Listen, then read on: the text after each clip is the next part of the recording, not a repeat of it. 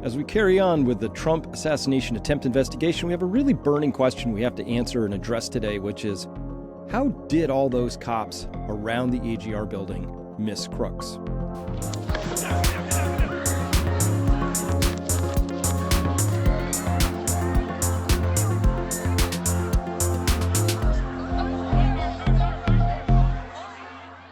Hello, everyone. Dr. Chris Martinson of Peak Prosperity here, continuing on with a citizen's investigation into the Trump assassination. Yes, we are dogged and determined, and yes, we are going to keep on this because it's that important. I know everybody else is starting to move on. I know that there's new things to talk about, but if we let this slip, if we do not get answers to this, I don't know if we're ever going to get answers to anything. And we really need them because if you look at where we are in this moment of history, obviously there are elements within the government of the United States that have lost touch with the idea that we, the people, matter. And of course, it's really important that we remind them that we do matter. And so that's why we're doing what we're doing. And today we're going to look at this little piece. Why didn't the cops on the west side of Building 6, why didn't they stop Crooks? There should be a good answer. We deserve a good answer. If I were leading this investigation, I'd be asking some really hard questions. We need to know this. It's a very odd part of the story. So let's go to this. I'm sure you all have heard this, and we'll listen in together. So this is on a body-worn camera, a law enforcement's body camera, asking the obvious questions that we all had. You go, bro? Pissed. Yeah, I know. I hear you. We're watching. I know, yeah. Couldn't find him. Yeah. Nah. I hear you. I hear you. But for now, I mean, he's the only one, you know what I mean? So. What a strange You thing. go, bro? Listen. Pissed. Yeah, I know. I hear you. We're watching. I know, yeah. Couldn't find him. Yeah. We couldn't find him. So these are, Crooks is dead on the roof at this point in time. And here we are with some of the first people up on the scene. If you ever saw the 4 officers that are up there, 2 are in what we would call municipal outfits, black, you know, not just ordinary police uniforms, and 2 are in those ESU camo things. Okay, the guy who says he's effing pissed is one of those ESU. He's just like, I can't believe we couldn't find him. What do you mean we couldn't find him? That's what we have to explore. Like, how is it possible we couldn't find him in their vernacular there?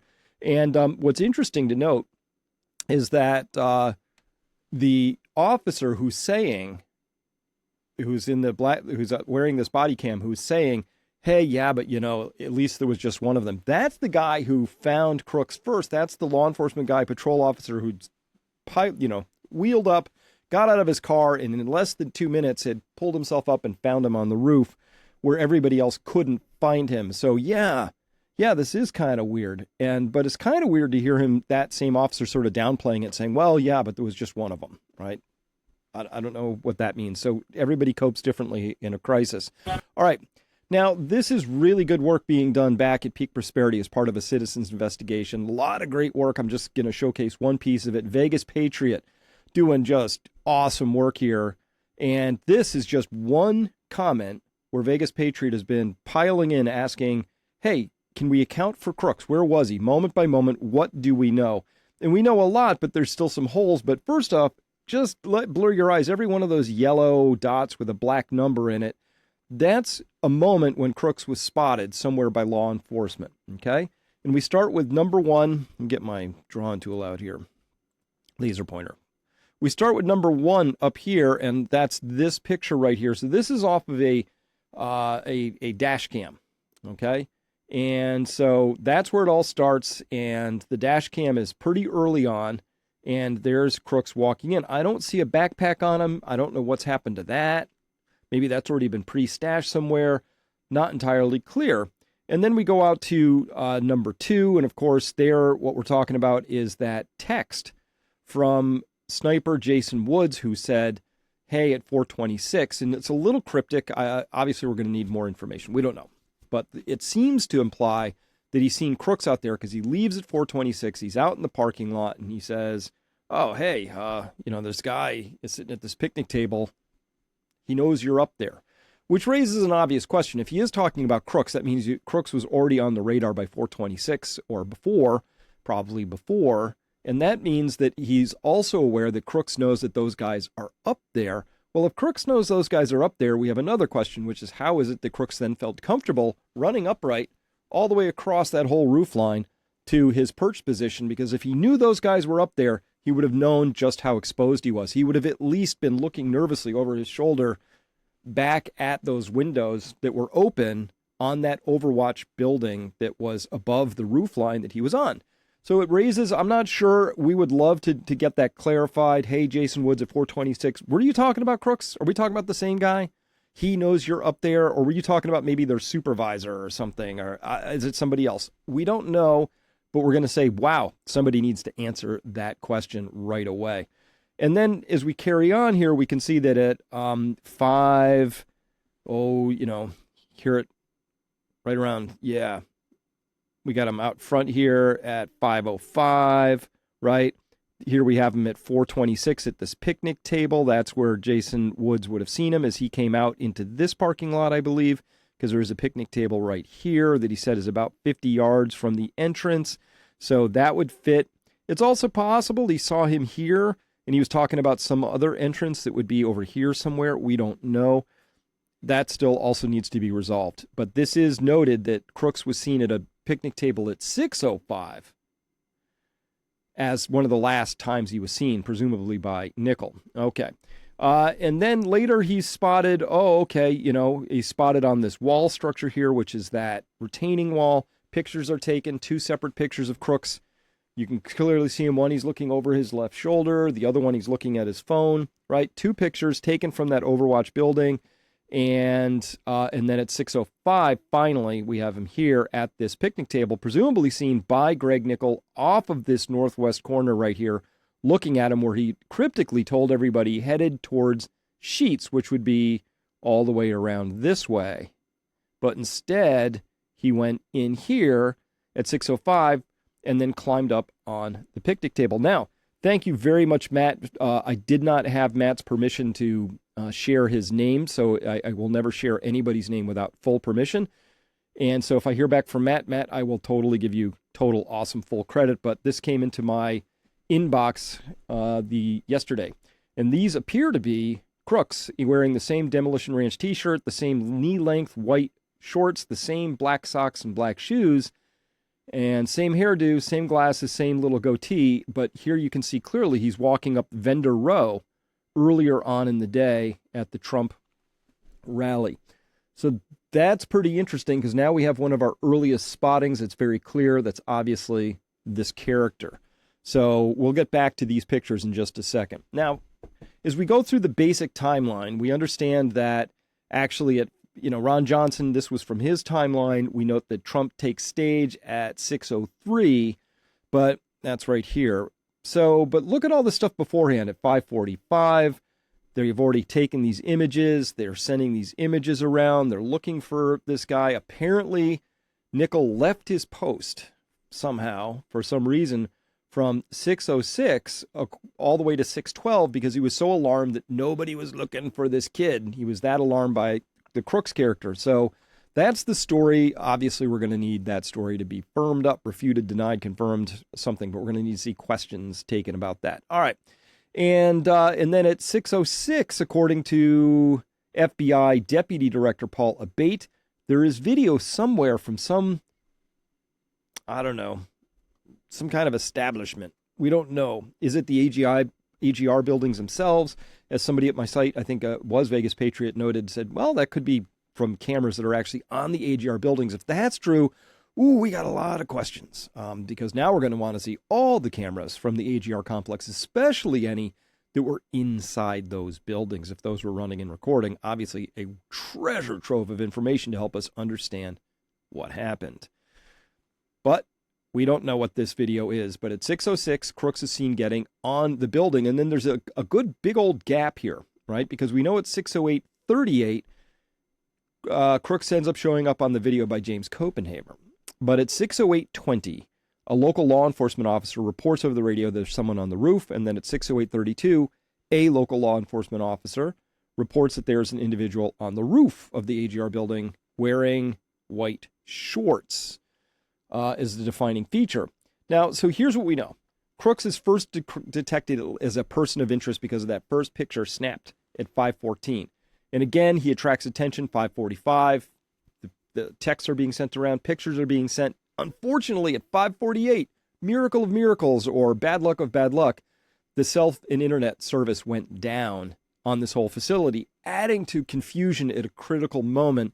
Make of that what you will, obviously. And so then at 6:05, we have Crooks is spotted at picnic tables headed towards the sheets, as Greg Nickel put it. And at 6:06, he pulls himself on the roof.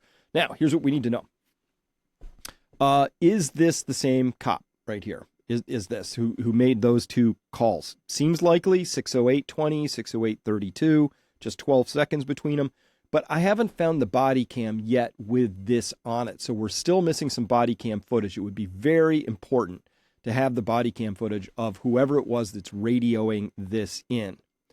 And like exactly who is this person or persons? And then we have two questions about that. First, how did Crooks manage to avoid detection and evade it between 5:45 and 6:05? That's 20 full minutes. Where was he, right? Because as we have already established, there aren't that many people on the AGR grounds north of that AGR fence line. 70 maybe total. It shouldn't be that hard to locate one dude when you've got, if you had just one officer over there, maybe I could, but even then I'm like, that shouldn't be that hard. But somehow he evades detection that whole time. And then also, how did nobody actually see him get on the roof at 6:06? He must have made some noise.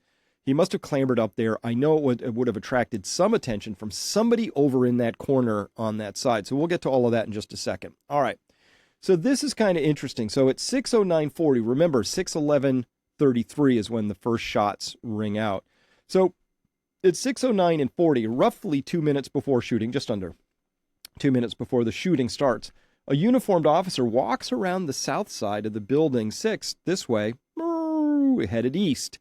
So Crooks is up here in this corner up here, and this officer at the time, this lady's like saying, he's on the roof.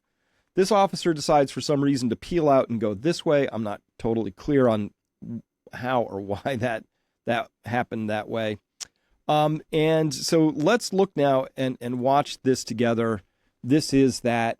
And by the way, we can see here that there are actually three. This is 3 law enforcement. This is a state cop, and here's another officer. You can see his police thing on there. So we have 3 officers, and they're all over there on that side, on the south side. And it's a little bizarre when we consider what the opportunities were over here on the west side.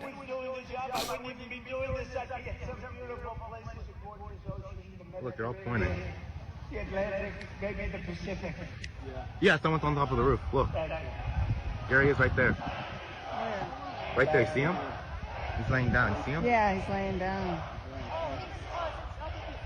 And Scott, I'm here with you fighting like hell to get a Senate. What's happening? And to make sure we take back the White House, because if we do, we're going to make America better than ever before. We're going to make it. Yeah, look.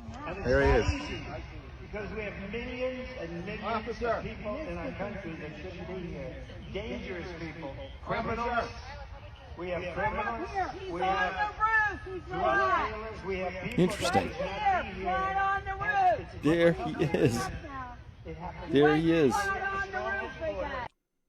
Climbing up on the roof. And again, this is all a little weird because that's about a minute and a half, that video. So at 6:10 and 55 seconds, that's when the officer said he pulled himself up and the gun was pointed at him. I don't see that pointing action happening in this video anywhere. It's not clear when that would have happened. It's possible, I guess, but obviously we weren't there. But if that happened, this is going to be really weird because then, well, we'll just keep playing this as it goes through. I'll just take the sound off of this for a second. Okay, let's play that one more time. So as we're looking around here, and we see that there's one officer you can see right there heading around, walking that way. See that gentleman sitting right there against the retaining wall there? He's also got white shorts, black shoes, and a gray T-shirt, very confusingly for this storyline. And we'll get to that in just a second as well. And then everybody's over here kind of pointing at this. And the odd thing about this is, of course, why didn't that law enforcement officer choose or elect to come over and stand on that retaining wall? Now, right then, about here is when we would expect that the officer had to have that gun pointed at them. Now, we're missing some action here because the camera's pointed the wrong way.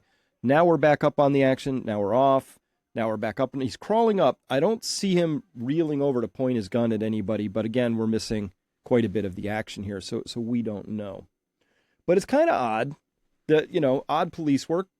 After action is always easy, second guessing, all of that, but it's kind of odd to me that officer doesn't stand on that retaining wall. Now, we can spot all of this really, really accurately because of Milkbar TV. They placed this moment pretty accurately on the timeline.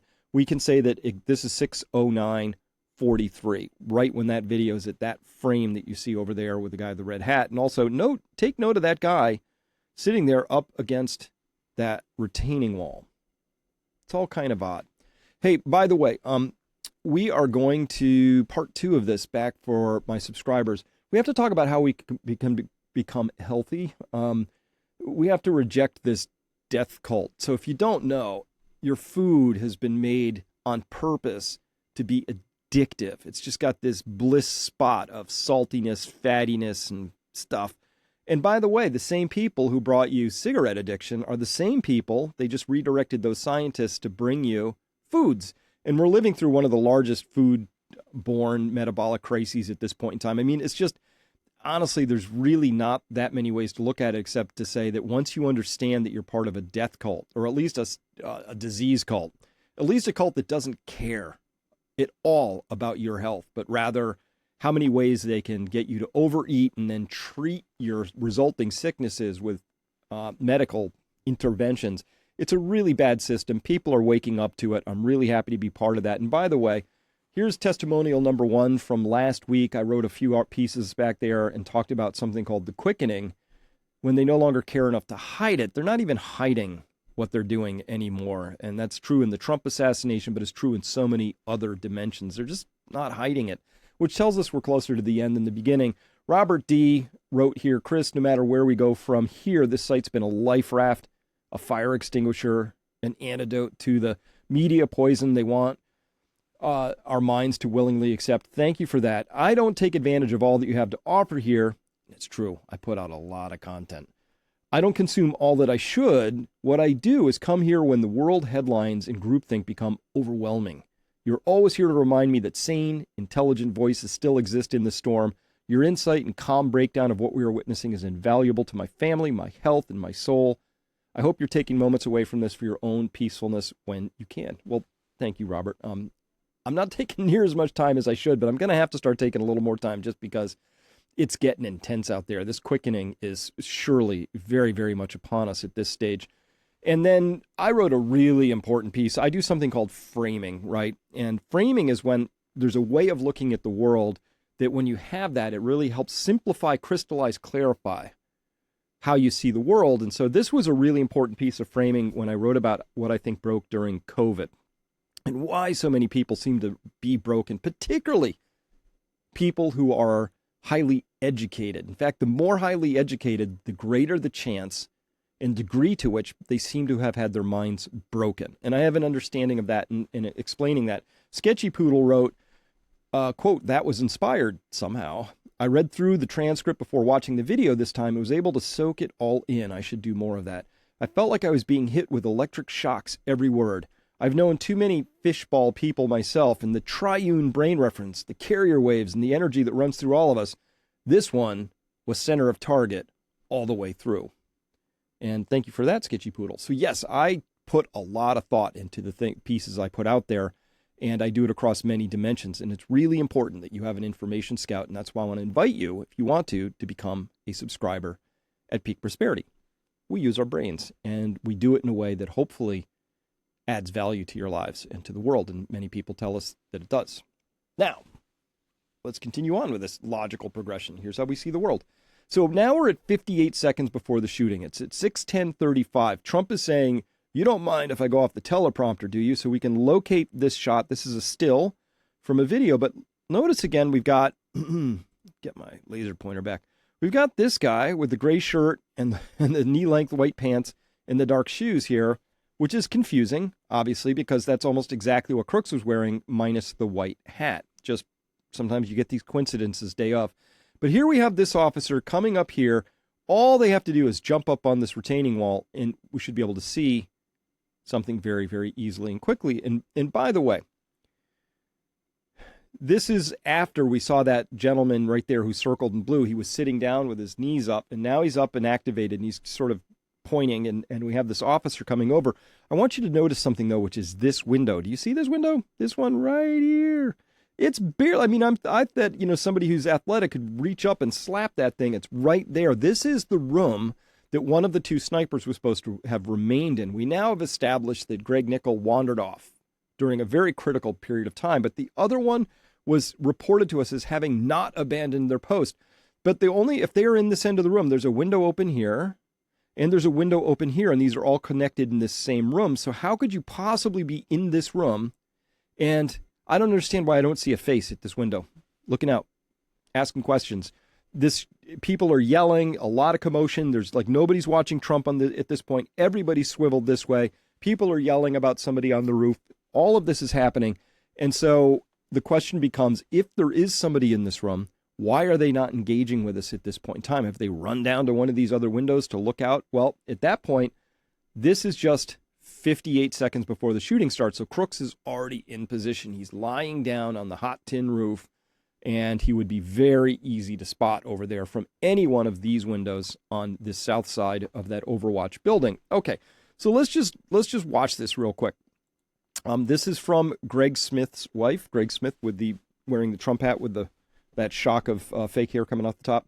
And yeah, we'll just take a look here.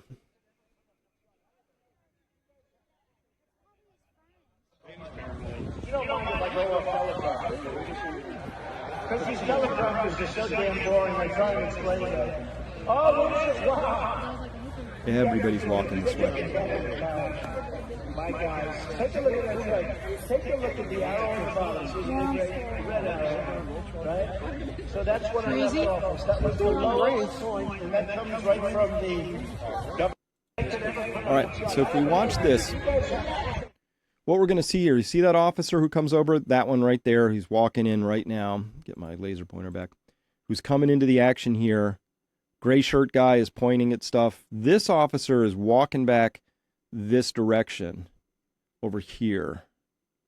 And so I would be surprised if that wasn't the officer who keys in to the radio and says, got a guy on the roof, white shorts or something like that. I'd be surprised. But at least we have one officer over on that side. We know we have another one who moments before has walked around this way off to the south of Building 6, but also to the east towards the water tower side of things. So we're just adding up all the law enforcement presence that was on this side. Okay, and remember, all four of these windows are open. One's hidden behind that red hat right there, which we just established this one on the total west side, but that one's open, and that one's open. This is the room that Eli Crane shot his video out of, right? And we've seen this room. I haven't seen any video from this room yet, but this is the one that's, of course, looks like you just hop out this window onto that roof. And this is the window that would have been attached to this overall room set here. And again, all of these are crank windows, casement windows. They all crank to the right. So you'd be able to peer up and look to the left out of these things. No problemo. And remember, of course, according to Beaver Butler in their after-action report, one sniper did not leave their post. Well, this is that post. It's got that funkadoo, spotty, scopy, shortened rifle-y thing, or maybe just a rifle without the barrel installed.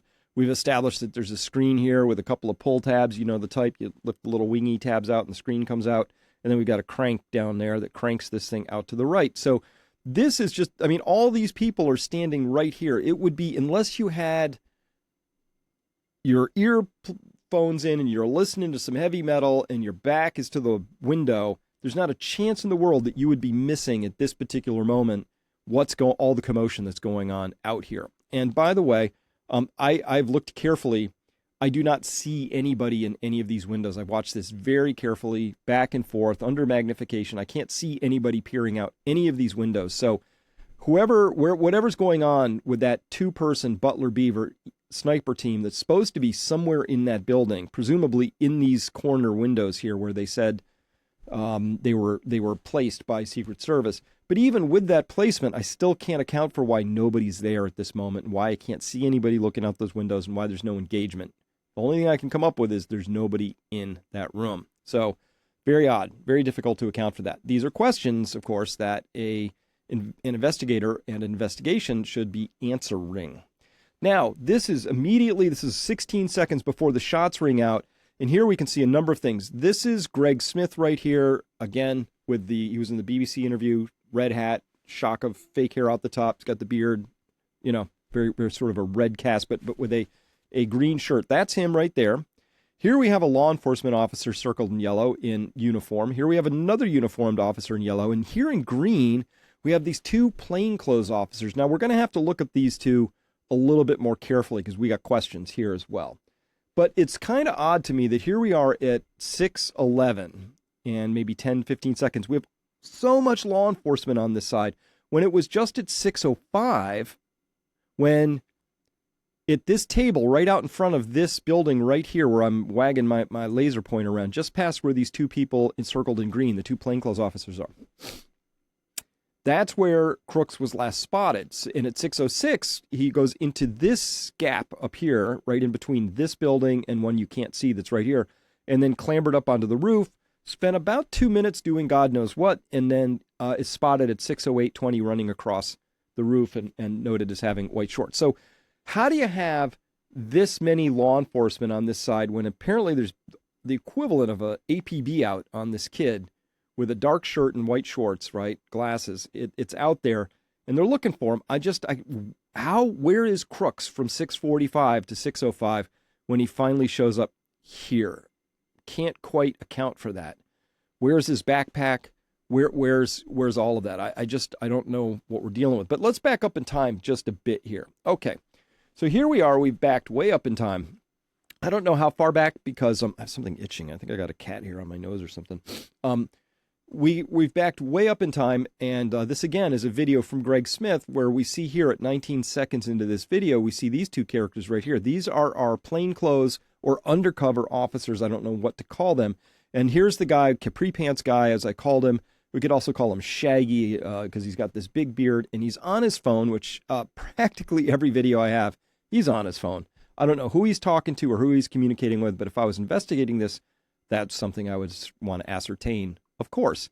So here he is, and this is way before the event. And again, look how few people there are on this side. So if he's in communication, I have a suspicion that this person is state police, but I don't know for sure because the badge that they're wearing, as we'll see, has been blurred out for us helpfully. So I don't know who this person is. But again, I'm hoping that the investigation is going to be looking into this because they really should. But he's on his phone. If he's on the phone with the command center or with the state police center, they've been notified at 5:45 that they're looking for this kid with the gray shirt and the light-colored pants, which oddly this guy also is wearing at this point in time. Now remember, these are those plainclothes guys. Here we can spot them a little later. Here's cargo pants guy, and this is capri pants guy with, of course, Greg Nickel right here, standing there looking with his bald head to the left.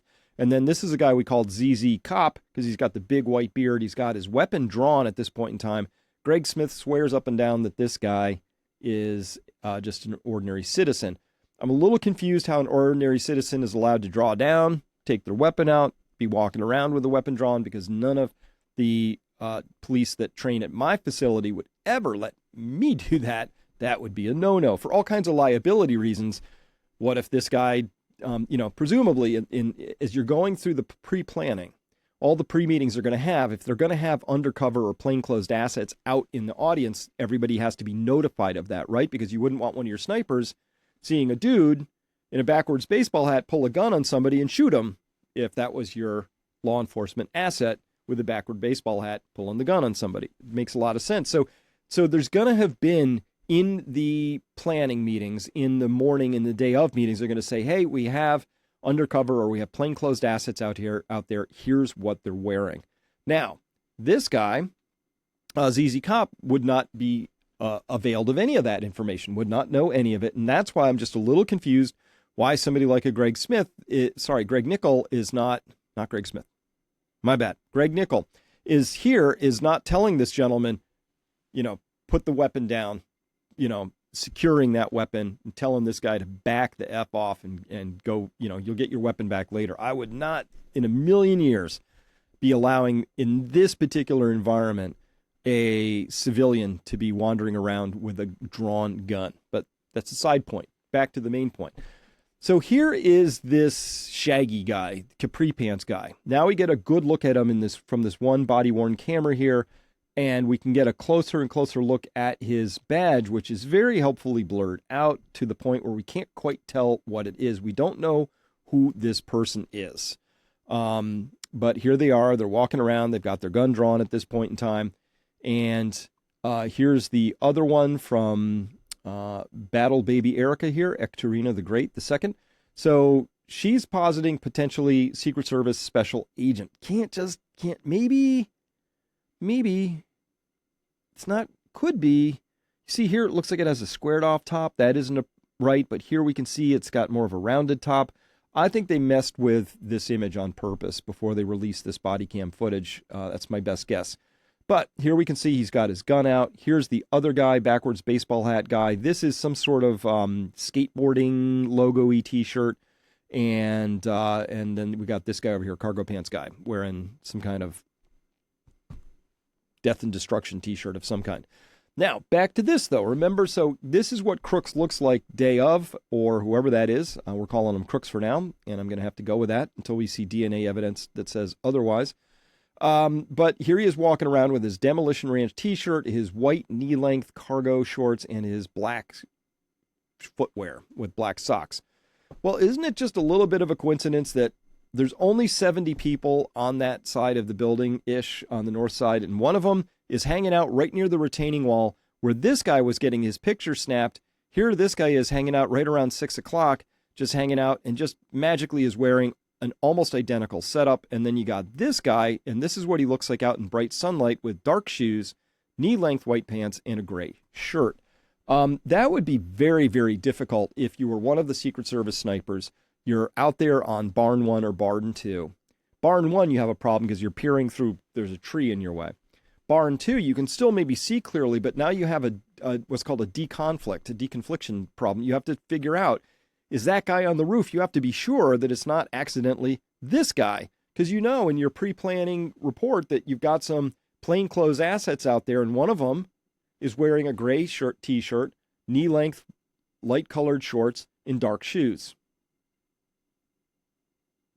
Think of the odds.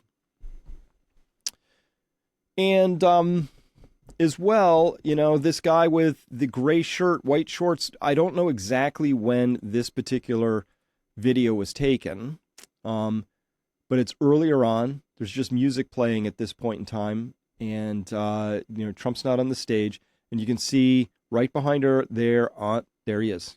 He's hanging out right on that same wall that Crooks was on. Okay, so right on that retaining wall, there's Crooks. And right on that same retaining wall, we've got this gentleman. If you squint hard, you can see him back here. There he is. He's just hanging out on that wall. So that is kind of an odd thing. And of course, that could create a lot of confusion. Was it Crooks who just put his white hat back on? That would create quite a bit of confusion. You know, now these weren't the only guys. Here's another guy hanging out. Looks very different, wearing jeans. So I got one more picture of at least one other person on that retaining wall. Looks like a pretty natural place to sit. Given the shadows on all of this, this is probably pretty darn close to when the shooting actually happened. So, with all of that said, here's my conclusions for today. First, there were lots of LEO, law enforcement officer assets, on the west side of Building 6, given the low number of people over there that they maybe had to check out. There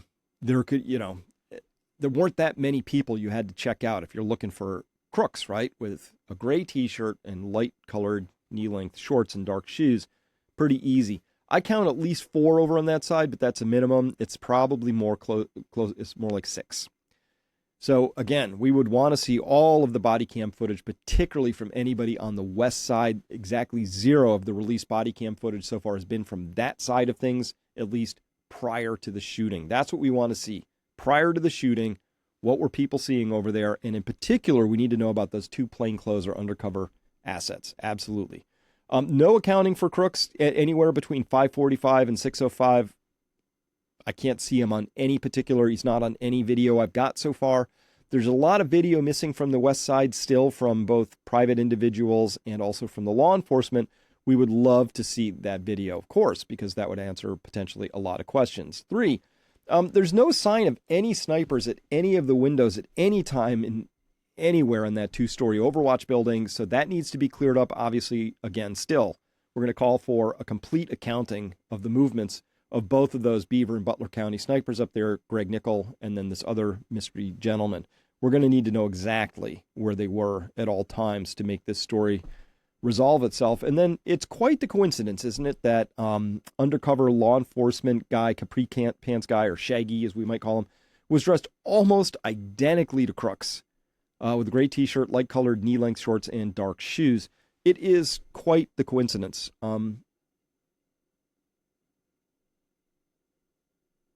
I think there's a lot of questions that have to be asked here of those two. What were they doing over there, and what were they looking for? And at what time did they hear about maybe we should look for Crooks? And did they trail him? Did they stop him and ask him any questions? How did nobody stop Crooks out there at any point in time and ask? It's not like they had thousands of people. There were 70 people over there. Somebody thought enough to take a picture of this kid and send it out to the command center saying, hey, to keep an eye out for this guy. I'm a little nervous about him, right?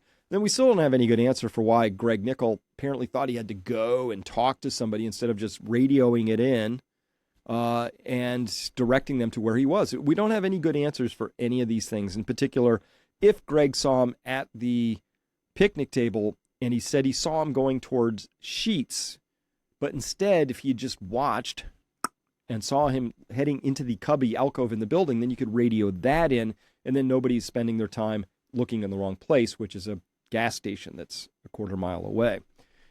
Very odd how that all broke out. Now, the whereabouts of every single law enforcement officer on that west side, they all need to be accounted for. That's still a big blind spot missing in this story. We have a lot of body cam footage from the east side of the building. Now we're going to call for the body cam footage on the west side, because with that, we'll be able to tell a few things. Now, with that, we're going to talk about this, how to become healthy. This is one of the most important videos we're going to be reviewing and topics that we have to talk about. For everybody else, thank you so much for your persistence. Thanks for making it to the end of this video. Thanks for watching all of them. Thank you for continuing to understand just how important it is that we do not let this just sort of slip off into the dust of history. This has to be accounted for. This is for all the marbles. Absolutely can't see it any other way. So thank you for having an attention span that sets you apart, I guess, in this day and age. With that, I'm Chris Martinson of Peak Prosperity, signing off. We'll see you next time. Thanks again for listening. Bye-bye.